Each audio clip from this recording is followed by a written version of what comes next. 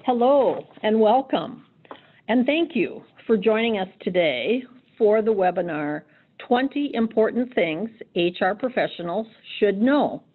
I'm Mary Krakow, and I'm here with my colleague, Kristin LeBre, for the presentation today. For questions, you should have at the bottom, really, of your screen, a little bit to the right, a chat button. Please use that to send over any questions you have while we are speaking.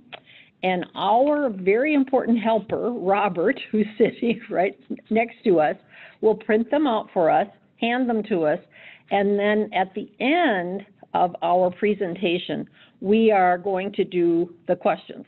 So we are going to try very hard to leave a good 10 minutes, maybe 5, but 4 questions. All right, we're going to jump right in.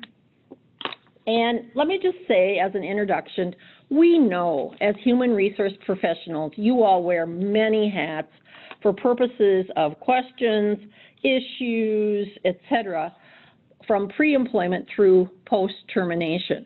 Of course, there are hundreds of things that it would be helpful to know, but we chose 20 important ones, and hopefully we can cover all of these in our time together. But please do know this is not an exhaustive list. We've ordered our topics loosely from pre-employment to post-employment.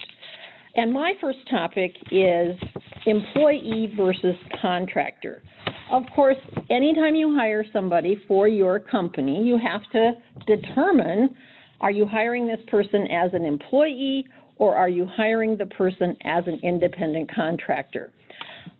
And there are lots of state and federal taxing agencies and our wage agencies, federal and state, who care. They care a lot. They each have their own list of factors that they will consider if they ever audit your company and the classification of people as employee or independent contractor. But the key factor always comes down to control.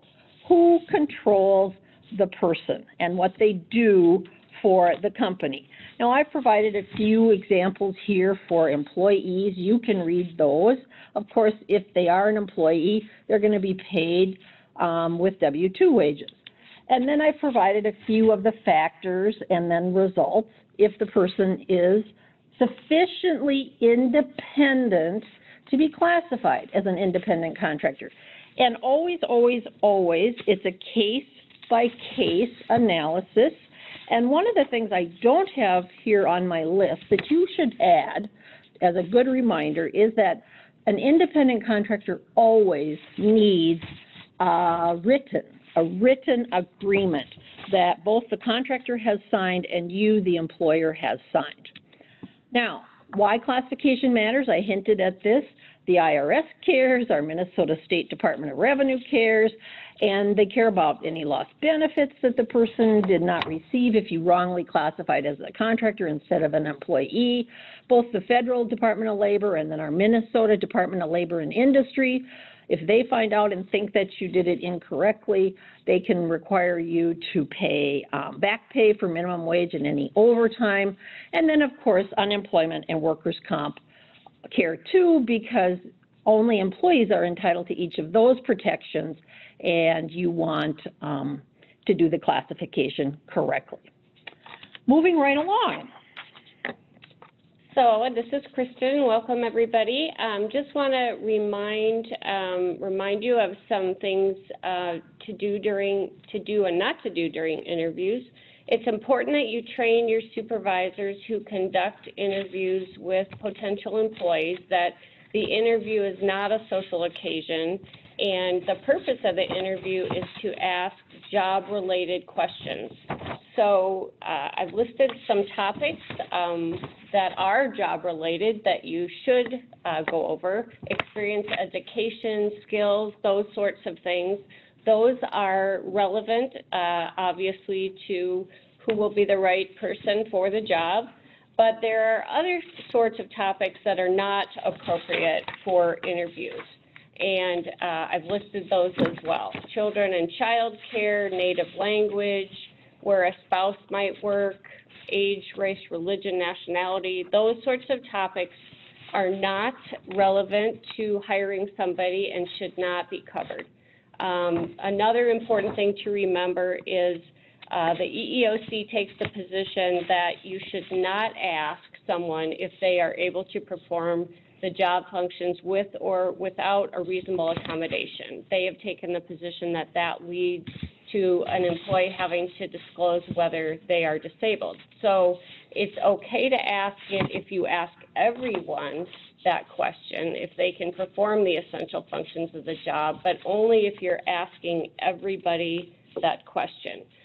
The reason for not straying into the inappropriate areas is if you ask a question that leads to protected class information and you don't hire the employee that gives that information, they could believe or assert that you used that information to illegally not hire them.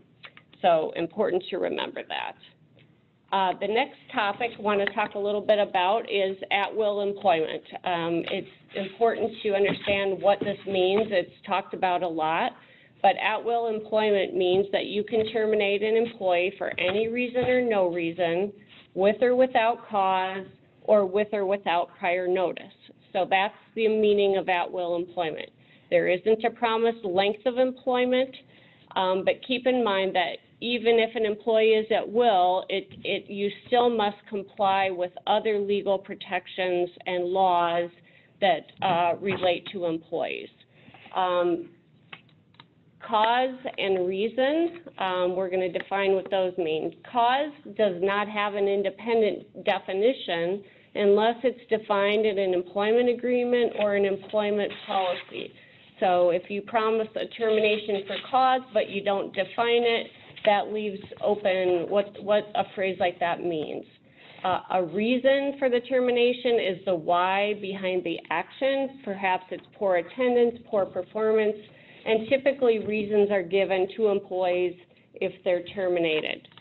At-will employment, which we'll talk about the importance of putting that in the handbook, but at-will employment can be destroyed by a written or verbal promise that's made in an offer letter or an employment agreement, or you could have something in your handbook that promises a certain amount of notice of termination or require the employee to provide a certain amount of notice.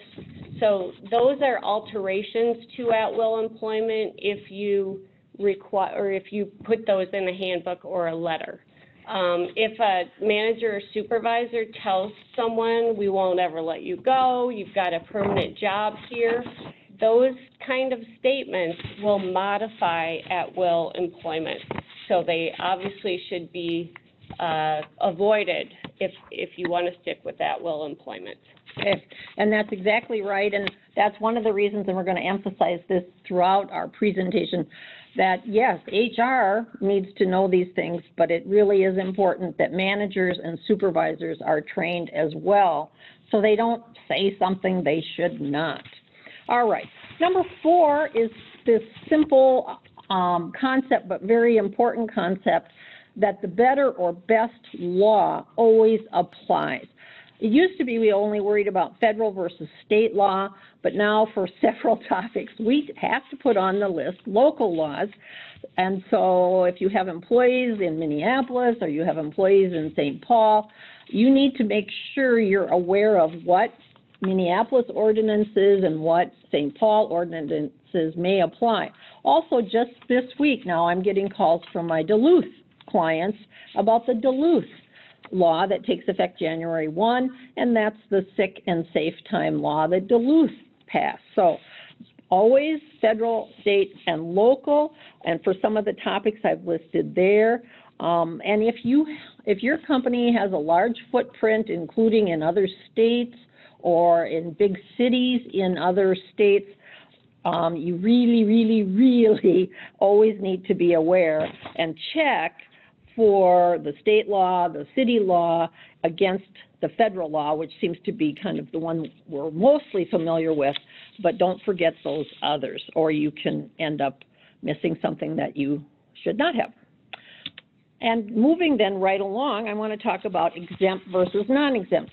This is a very basic concept in employment, of course, and it has to do with how we're going to pay the person, the employee that we just hired. And I try to explain this to people, particularly new managers and supervisors, because sometimes they're the ones who want to say, no, we're going to pay this person a salary so they don't have to have overtime. And that's like, well, that's not quite right. Okay, so I say non-exempt is the default position. That's not what it says in the Fair Labor Standards Act. They don't use that word default, but that's what it means, which is everybody who is hired as an employee has to be paid no less than minimum wage for every hour worked, must receive overtime, and needs to keep a time record.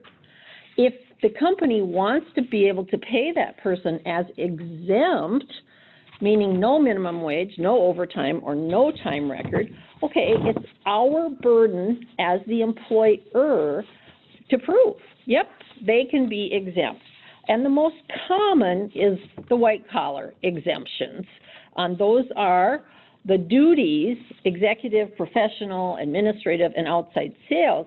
But don't forget the other requirement, which is to be exempt, they must be paid on a salary basis or, if allowed, a fee. But those are two requirements for exempt status. You can't have just one or the other. You got to have both. And the exempt white-collar employees, that's the most common, but don't forget about others. In your industry, your company, you may have some other employees who more of the, what I would say, minor exemptions can apply. So be sure you check for those if you are thinking, well, maybe some of these people could be exempt under one of the other more specialty type exemptions. Okay, the next topic is wage disclosure, and as you may have heard, there was a wage theft law passed this summer that went into effect in July. The goal is good, is to prevent employee theft or employer theft of employee wages, but you should be aware that there are some new requirements for providing information to your employees. So you are required to provide new employees through a form certain categories of information about their wages, and it can be presented either through an offer letter or through the Minnesota Department of Labor and Industry form that is on their website. And either the offer letter or that form must be acknowledged by the employee in writing. So it has to be signed by the employee and placed in their personnel file. Keep in mind that this applies to all employees. So management exempt employees are also included. You can have the employee sign by electronic signature, but just emailing the employee the information alone does not satisfy the requirement of the wage notice, so keep that in mind. Again, signed and dated wage note must be kept in the employee's personnel record. With respect to existing employees, if you change their wages, you need to provide that notice to them and have them sign it. So existing employees need to receive that same form if you change their wages. Record keeping requirements changed also this year. Employers must maintain required records. The statute has been amended to require retention of some additional information. That includes the acknowledgement of certain employment policies. It includes the wage notice we just talked about. If you pay employees on piece rate, that needs to be reflected. So make sure you review the record-keeping requirements. It's Minnesota Statute 177.30 there to make sure that you are keeping all of the required records. Another reminder about wage disclosure. It used to be that employers tried to prevent their employees from talking about what they earned, but that is not permitted under Minnesota law. So you cannot prohibit employees from disclosing their wages, and you can't take adverse action against employees who do discuss their wages. So keep that in mind, and you can keep them from disclosing it to competitors, but not from talking to their fellow coworkers. For the next topic, did I do two at once? Yeah. I want to talk about this important need-to-know rule. This is for all HR folks, of course, and it's also for all managers and supervisors. And what we're talking about here is protecting privacy of employee information, and we're trying to protect against potential defamation claims against HR or managers or supervisors. Now, there's really two areas where you really need to follow the need-to-know rule. Sharing personnel information only with those who, quote, have a need to know that's legally recognized. So you received, let's say, for example, an allegation of sex harassment, and it's terrible. The facts, if true, would be really harmful to the reputation of the accused person. And if you try to investigate that and you have to repeat the allegations and they all turn out to be false, of course the accused person will feel like you have harmed that person's reputation by investigating. Luckily, the law has created a qualified privilege for you to do that investigation, repeating the allegations, but only if you share the allegations on a need-to-know basis. And those are people who are investigating, who are going to analyze the information that is learned, those who will make decisions, and then those who implement the decisions. So when you do an investigation of alleged wrongdoing by an employee, it is crucial that you keep the circle of people who are told about the allegations to only this small little group, and then also you are only sharing the information for a proper purpose, and that's to investigate on a proper occasion, meaning you aren't doing it in the hallway and you're not sharing the information riding up the elevator. You're doing it in a very controlled environment, and you have the right motive when doing it. Nobody gets to investigate who comes to the investigation with ill will toward any party in the investigation. All right, and keep in mind, I always love this one, curiosity is not a need to know. Of course, lots of people are curious and they want to know what's going on, but no, they don't get to know that. That's not legally recognized. And as I've already said, you want to train management, supervisors, managers, all of those folks to follow the same rule. Again, so they don't inadvertently disclose information that, if it all turns out to be false, that's going to be a very bad thing. Okay, and again, HR and managers and supervisors, they need to be ready to deflect questions they must not answer. And I just give you one example of a way to do that. We do not discuss employee personnel issues outside those who need to know. And I will tell you, in my experience, it works. If somebody comes back to me after I've said that one time, and then they say, oh, but you could tell me, I won't tell anybody. And I repeat, we do not discuss employee personnel issues outside those who need to know. And that usually shuts down people pretty fast. All right, and again, why does it matter?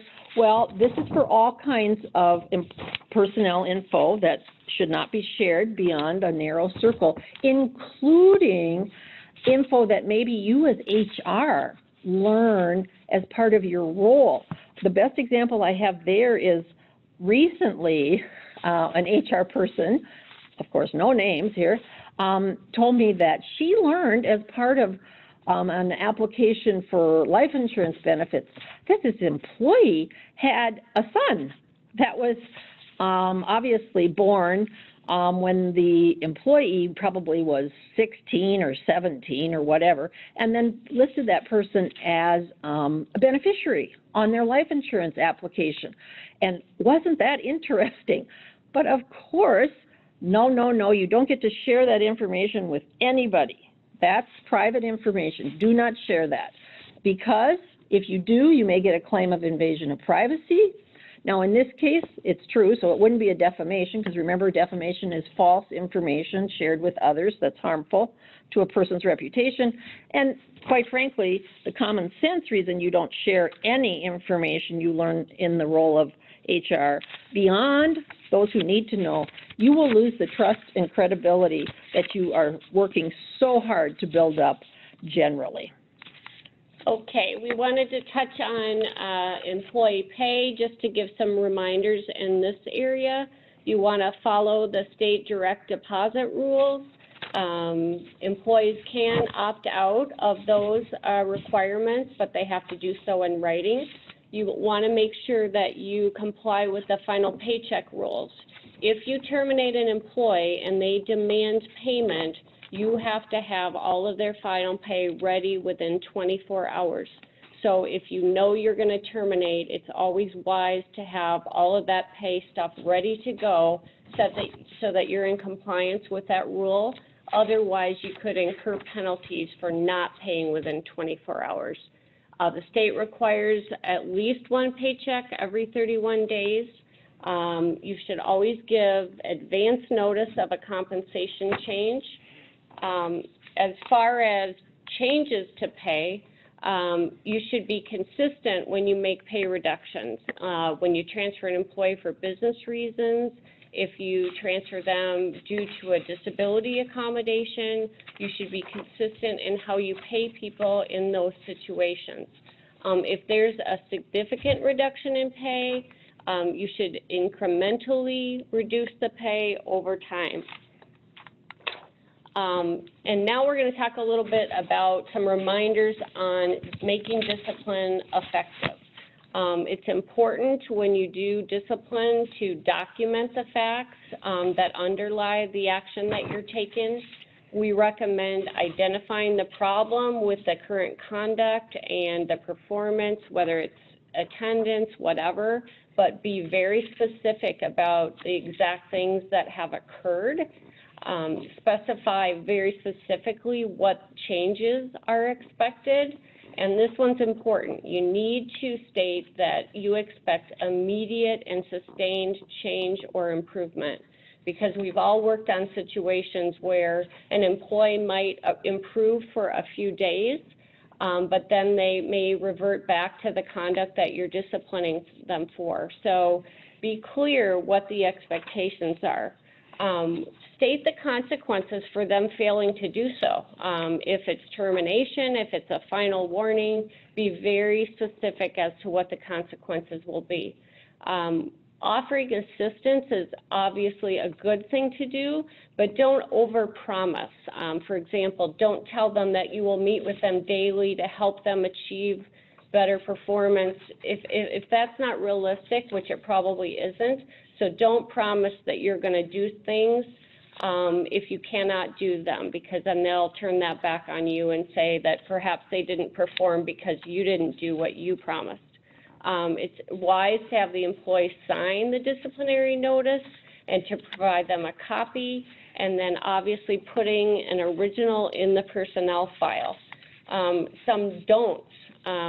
Do not use a 30 or 60-day probation period, performance improvement period. Don't put a time frame on it.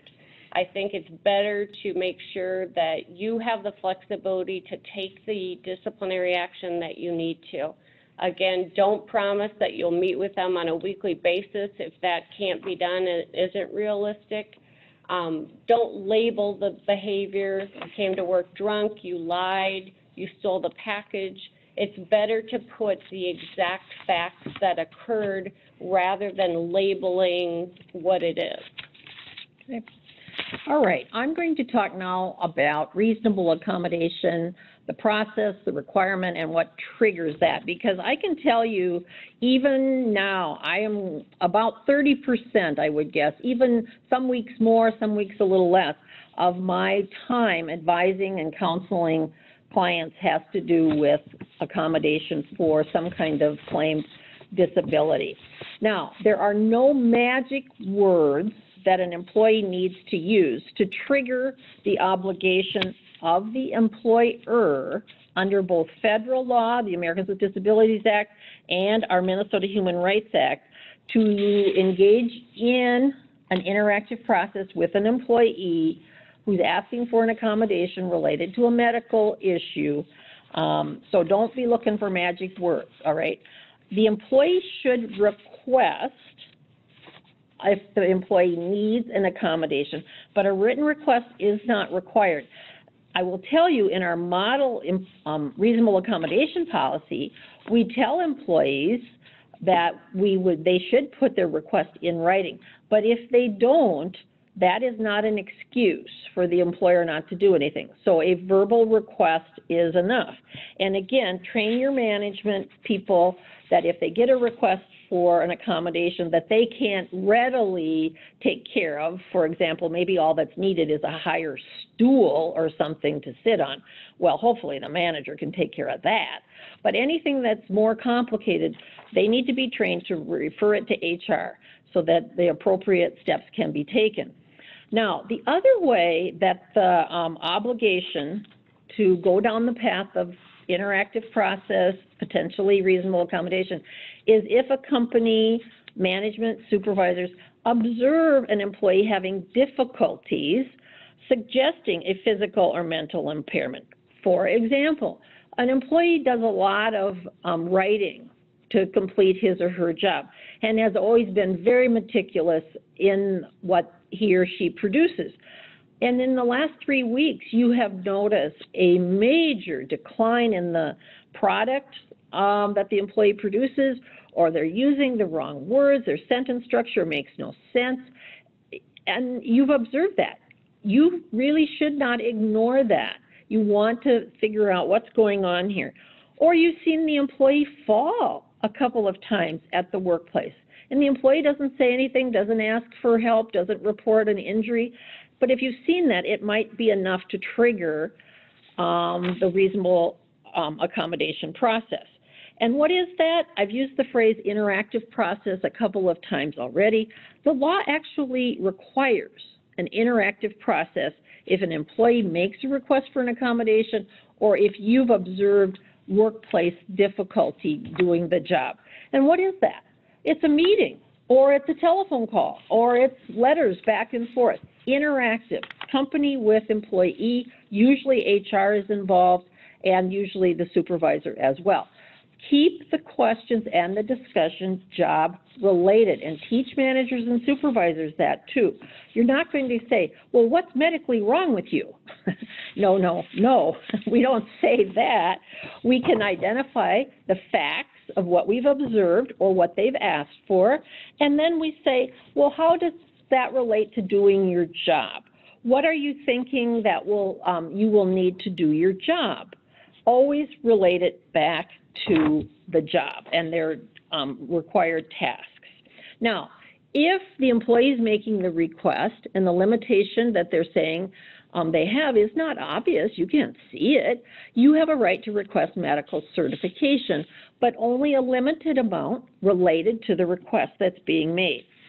Very important to document all interactions, and my strong recommendation is to write up a factual summary of who was there, what was discussed, what was decided, and you give a copy to the employee, and you keep the original in a confidential file. Again, need to know basis on that for sure, for sharing that confidential file. And of course, as defined already, interactive. That's with the employee.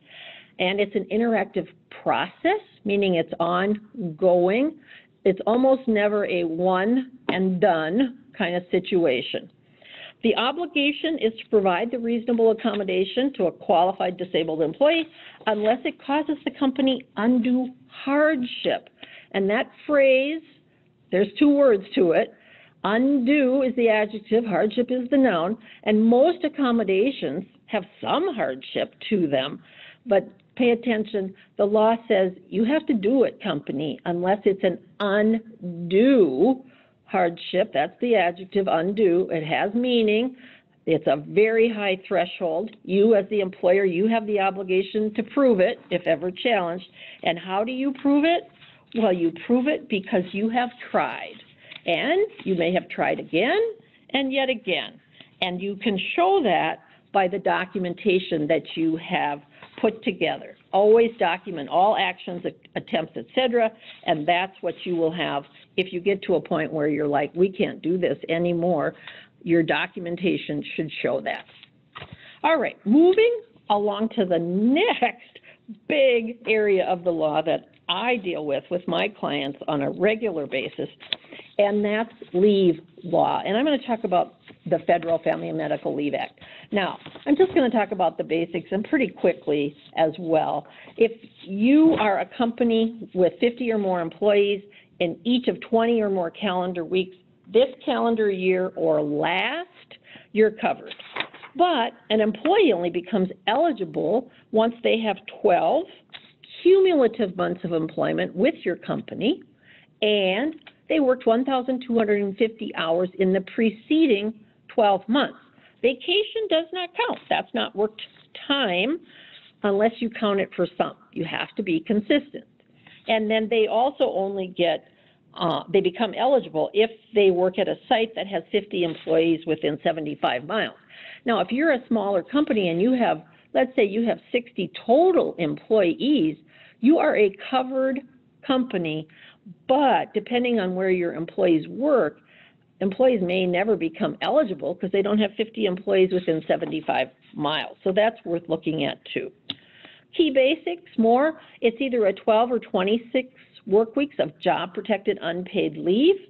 And remember, no discipline, no discharge, train managers and supervisors, no negative comments or actions because an employee says they need FMLA or they've already taken FMLA, all of that.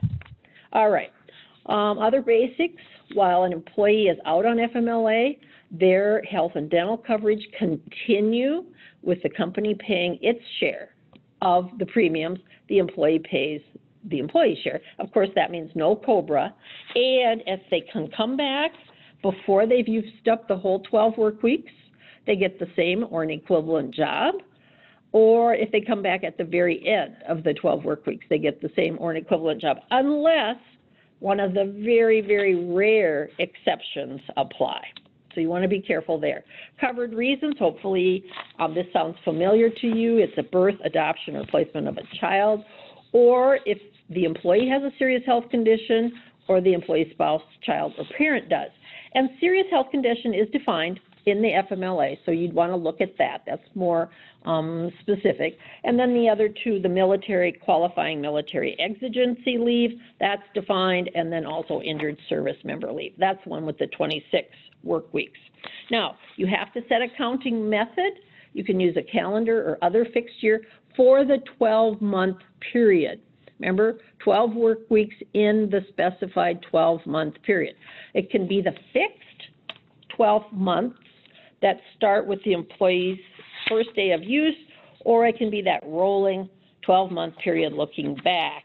And that's a good one, but I got to tell you, it's also the hardest one to figure out, especially if the employee's been taking intermittent leave over time. You end up counting that 12-month period, that look-back period, every day if there's an intermittent leave. And just a couple more things. Don't forget to check applicable state leave for any of these reasons.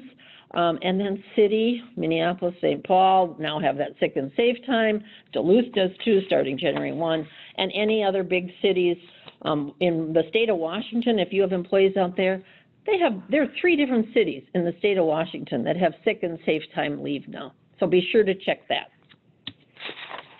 Okay, we're going to talk quickly about requirements for an effective handbook. As we talked about earlier, the at-will statement is very important, the statement that employees can be terminated at any time with any reason. You need your effective disclaimer that the handbook is not a contract. That's very important. It needs to be conspicuous, and the way to do that is making sure the type size is big enough, it's bold and underlined. We prefer it to be at the beginning of the handbook. You can also say it on the acknowledgement that the employee signs that it's not a contract. As far as important things to be in the handbook, this is by not any means exhaustive, but it's important to have an EEO policy, and that should reference all protected classes, so make sure that that's updated. Familial status has been added under the Minnesota law.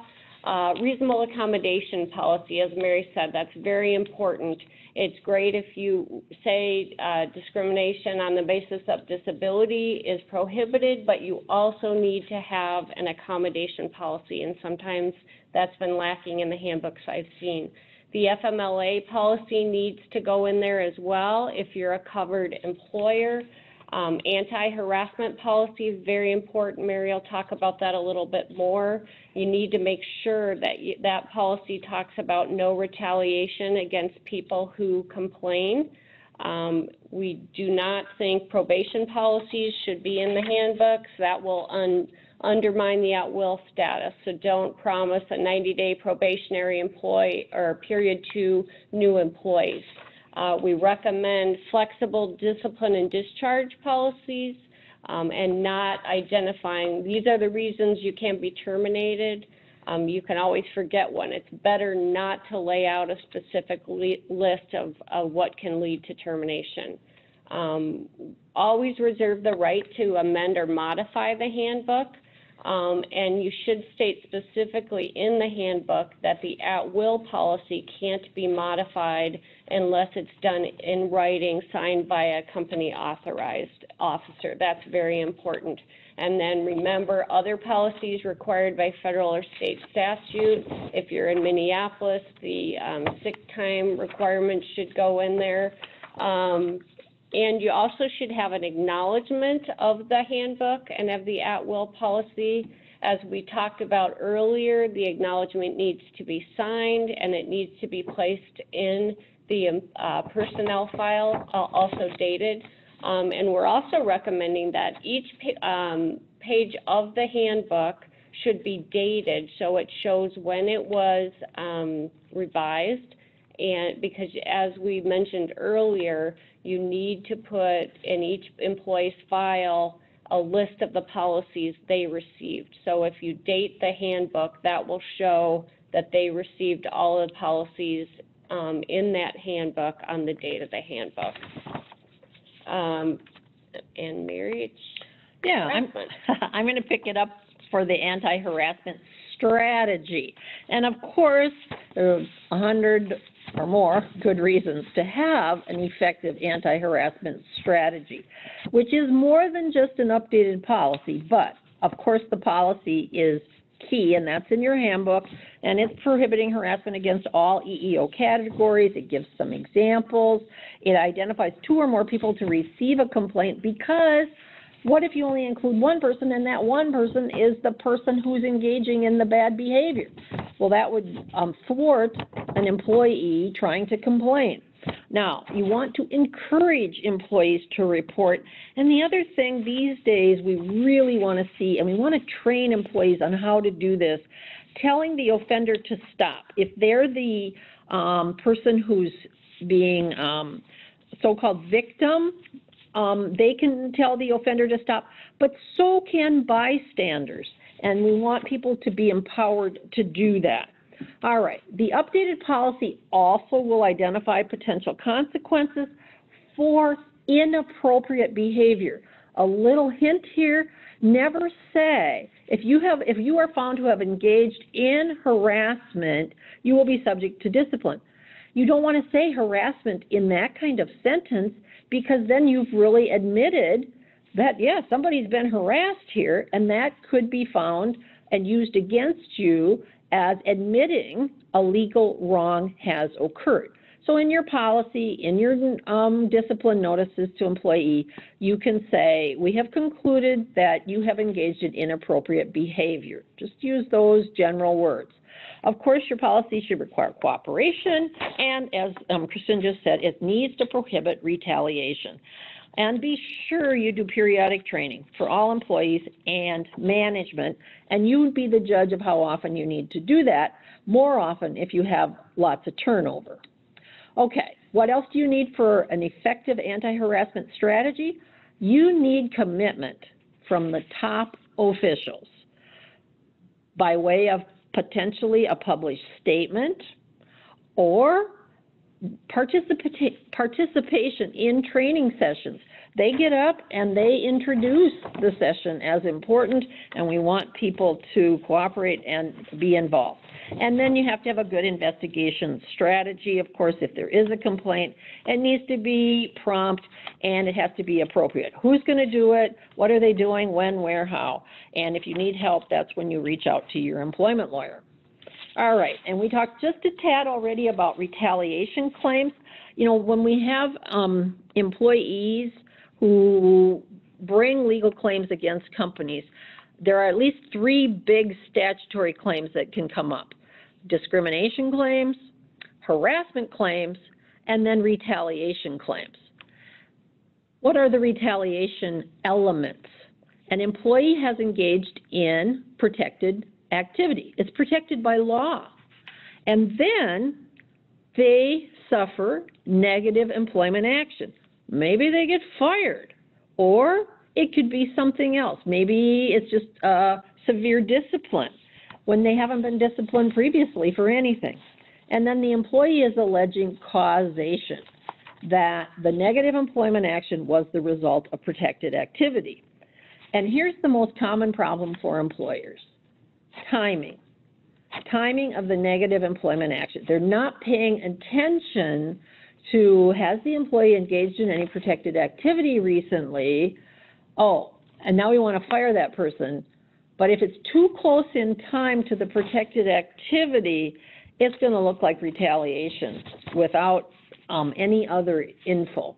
Now, what are some kinds of protected activities? Well, I've got a big list there. You can read them. There's lots of different things that the law says, if you employee do this, you are protected against negative employment action for having done so.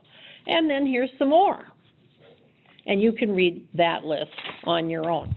So you want to watch timing of negative employment action if an employee has engaged in a legally protected activity. Okay, so briefly want to just talk about one type of protected activity, and that's protected concerted activity. The National Labor Relations Act, Section 7, applies both in union and non-union workforces. So it's important to remember that. You don't have to be unionized to have this apply to you. So don't tune out just if you don't have a union, because protected concerted activity under Section 7 of the NLRA basically protects employees who, either 2 or more employees who might address their pay, safety conditions, or other terms and conditions of their employment, or it could be only one employee coming forward and addressing pay, safety, and other terms and conditions on behalf of their coworkers. So that could be protected concerted activity, and you have to be careful not to retaliate against someone who raises concerns. The other thing that's come up probably more frequently lately is employees perhaps complaining on social media, and maybe the natural tendency is to want to discipline for that, but you have to take a step back and be careful and make sure that you're not disciplining for protected behavior. So that would be one where we'd recommend placing a call to your attorney and reviewing it before you take action based on someone speaking out about pay, safety, terms of employment, that sort of thing. All right. Here's something I have learned over now almost a full 30 years of being an employment lawyer, and that's for HR. You are a management employee, whether or not your company recognizes that you are.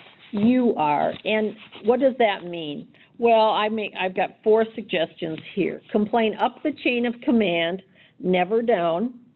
Establish professional boundaries, which means do not speak ill of a manager or supervisor to an employee.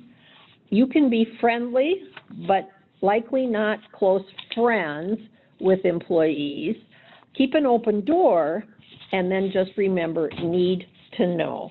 And I offer these as an important factor for HR to know, because I've seen, unfortunately, how it goes very badly for HR people who don't remember these 4 suggestions. 17, our recommendation is develop efficient working relationship with your employment attorney. This is a little self-serving, we will admit, but I think it's really important. As HR, there's just so much to know. And even as employment attorneys, we say periodically, oh, good grief, how do we even keep up with the law that keeps changing on us all of the time? So we think it's important for HR people to have a good working relationship with an employment attorney, whether it's us or somebody else. And one of the qualities of that relationship, I think, is good chemistry. And of course, that can mean 100 different things, but between the two, you and the attorney, and then for the attorney to understand your business, and then for each project that comes up, understand the goals and so forth. Make sure the attorney can meet your deadlines, but of course, please be realistic and flexible, and always identify when a response is needed so we can meet those deadlines. Also, efficiency. If you've got a small issue you want to talk with an attorney about, you want to get that done in as short a time as you can, of course, because it's expensive. We realize that. So provide all the relevant facts, the applicable paper record, applicable policies, and provide a history or prior practice. That helps us give the best advice we can. And of course, we all know sometimes a short call before taking action may save lots of time and dollars later. And of course, ensure the attorney and company are on the same page as to fees, particularly if it is a large project. You want to keep a close eye on how are the fees going and have some good agreement between the company and the attorney on that. Okay, so we've talked throughout our presentation about the importance of training your managers on the requirements we've been talking about. And we've noted some up here on the screen: the harassment, the FMLA, leave protections, disability accommodation. We talked about the interviewing rules. It's important that your supervisors and managers know that people can't work off the clock. I remember always counseling managers on documentation and for discipline and that sort of thing. So your managers don't need to be experts, but they do need to be able to recognize when certain complaints are being made, when certain words are used. They know enough to come to HR and ask for help. That's what I encourage them. They can bind the company, so it's really important that they know these laws and at least know when they need to come to you. If you don't have the resources to conduct big group training sessions, then perhaps you could ask to attend an operations meeting or a management meeting and present on different topics during the year. I encourage you to view the day-to-day challenges with your managers. If mistakes are made in a certain situation, that you take the time to explain how they might have done it differently in a positive way so they learn to do it better the next time. So those are just some thoughts about training, because sometimes it takes resources to train, so you have to get creative on how to get these things across to them. The next topic is unions and employee rights. Just want to kind of cover again, National Labor Relations Act protects employees' rights to form, join, or assist unions or labor organizations and to bargain collectively through their representatives. It protects concerted activity for bargaining. And, you know, important for hiring that You can't refuse to hire someone because they've been affiliated with a union in the past, because they support a union. Important to know that. So supervisors need to know they can inquire into that at interviews.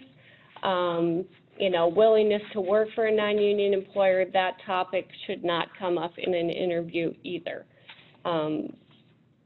You should review your policies, because you have to be careful that they don't discriminate against union employees who support a union. A policy against solicitation has to be evenly applied and not used to single out union employees. For example, if you have a rule about, no solicitation in a break room, you need to make sure it's applied to everybody. So if you prohibit union flyers, you also have to prohibit people selling their kids candy from school or Mary Kay. It can't be selectively applied against union employees. Same about no talk rules, perhaps, during the workday. You can't say that people can't talk about unions, but yet let them talk about other things like what they did on the weekend, that sort of thing. It must be neutrally applied. Same with access rules. There's been some developments in this area that allow employees to use email when they're not working. So if you have to be careful with this one, because you can't allow people to use email for personal purposes and then deny them the ability to discuss unions over email. Do not discard union literature. If it happens to show up in a break room or somewhere on site, be very careful. That would be an opportunity to consult your legal counsel. Just don't dump it in the trash if it shows up on a break table. Okay. All right. And I'm going to take item number 20, and that is when to use a release agreement.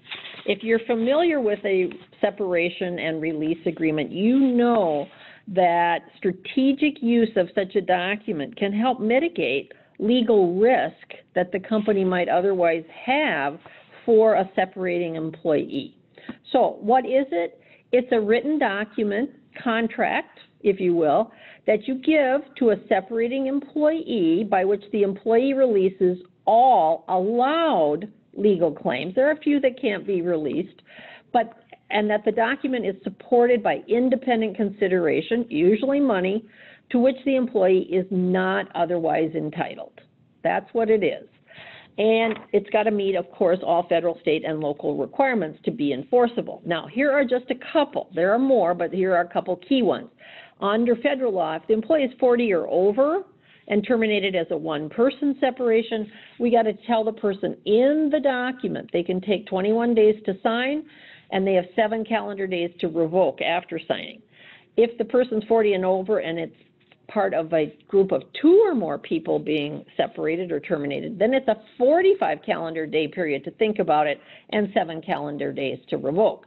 And Minnesota has for everybody a 15 calendar day period to revoke after signing.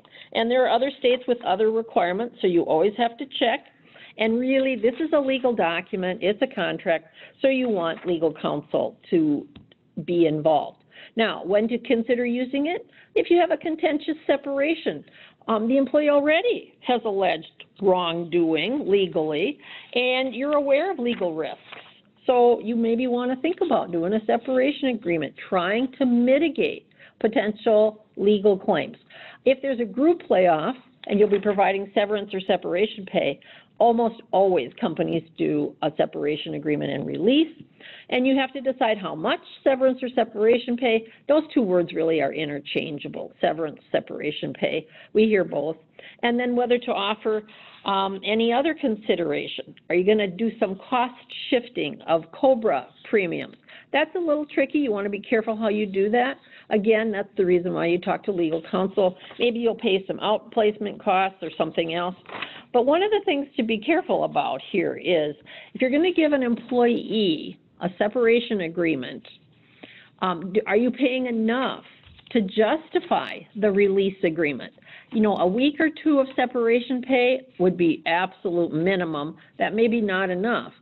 Because the other thing is, a release agreement, if an employee has never seen one before, they may think the document itself is a red flag from the employer that the employer has done something wrong.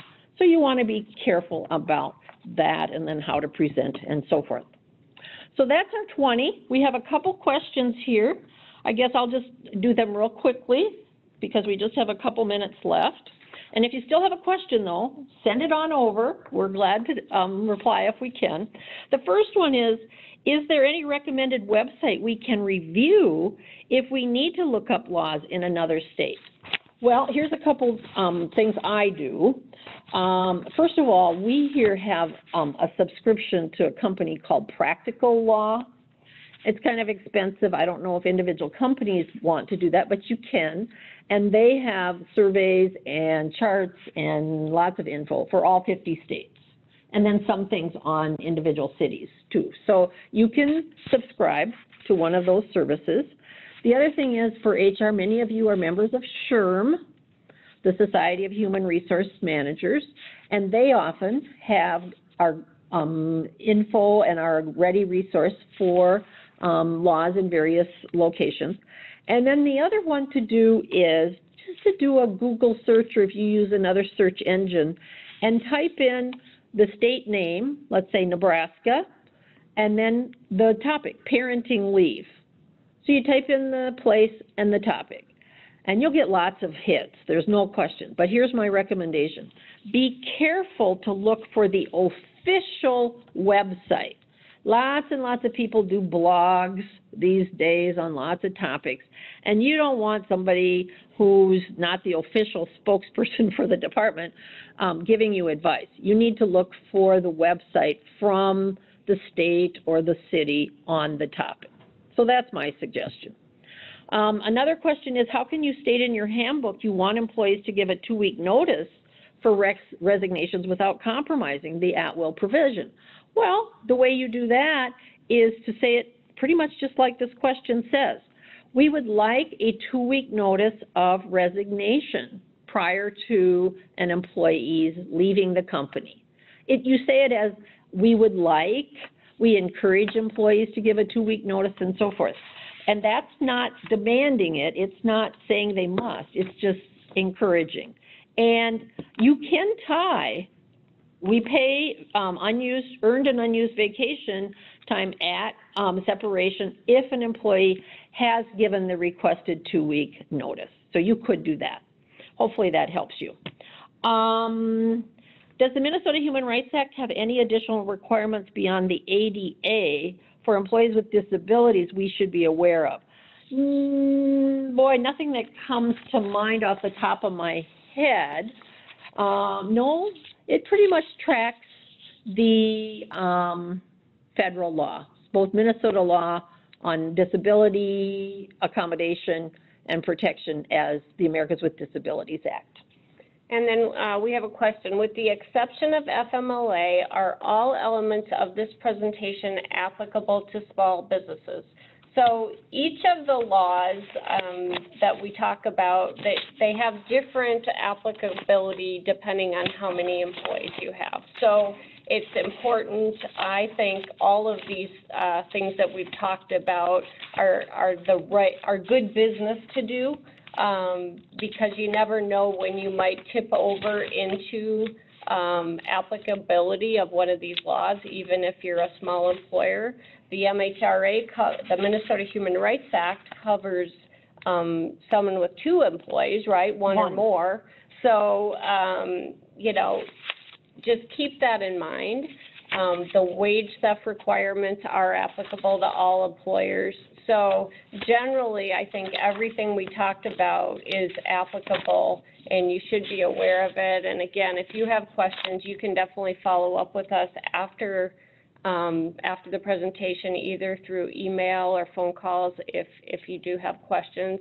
Wanted to mention also that the wage theft stuff there is a Q&A on the Department of Labor and Industry website. There's I think 52 questions that people have asked about how do they comply with the wage theft requirements. So if you have questions, you can always go out to that website as well and take a look at the Q&A. And on that note, I would strongly encourage that. And be sure you look at the website for the department's most updated employee notice form that's required. Just a couple weeks ago, I went online to check for a client for the languages that must be included on the second page. And if you're familiar with that employee notice, you know what I'm talking about. They added Arabic most recently, and my client did not have it on their form, and the reason was, well, because they had checked the form earlier, and now the department has added it. Now, I didn't check in the last 2 weeks, so maybe they've added yet another language. So you want to keep going back and double-checking that website. It is helpful, I will say. Well, we are at the end of our time. Let's, again, we just want to say thank you for signing up for our webinar. We hope that you have found it useful for you. And as Kristen said, you can always email either of us with any follow-up questions. Thank you. Happy holidays. Yep. Have a wonderful day. Bye now.